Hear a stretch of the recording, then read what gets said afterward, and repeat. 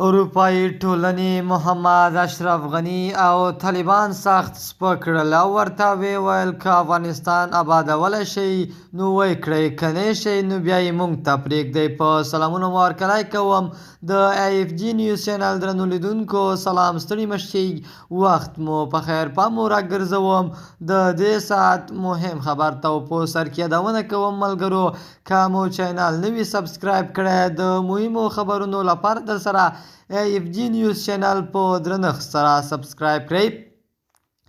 اروپایي ټولنې همدارنګه د اشرف غني د ناکامې رهبرۍ او له افغانستان څخه د هغه د فرار د تصمیم څخه خپله مایوسي ښکاره کړه.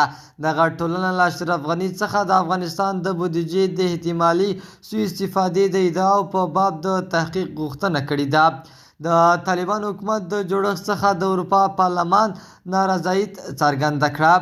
د اروپا پارلمان په افغانستان کې د بشري، اقتصادي او مهاجرت بحران څخه هم تشویش ښکاره کړی. په دغه پریکړه لیک کې ټینګار شوی دی چې یوازې داسې یو باثباته او ټولشموله حکومت چې پکې د ټولو قومونو او ملتونو نمایندګان حضور ولري او د بشري اساسي حقوق مراعات کړي، پر دې قادره شوی چې د افغانستان د اقتصادي رکود او بحران مخنیوی وکړي.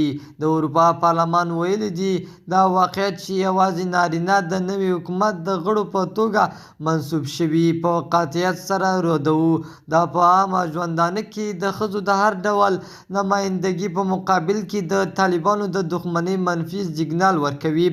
د AFG نیوز چینل درنو لیدونکو، دا و زموږ د دې ساعت چمتو شوی خبر. د نورو مهمو خبرونو لپاره در سره AFG نیوز چینل په درنښت سره سبسکرایب کړئ.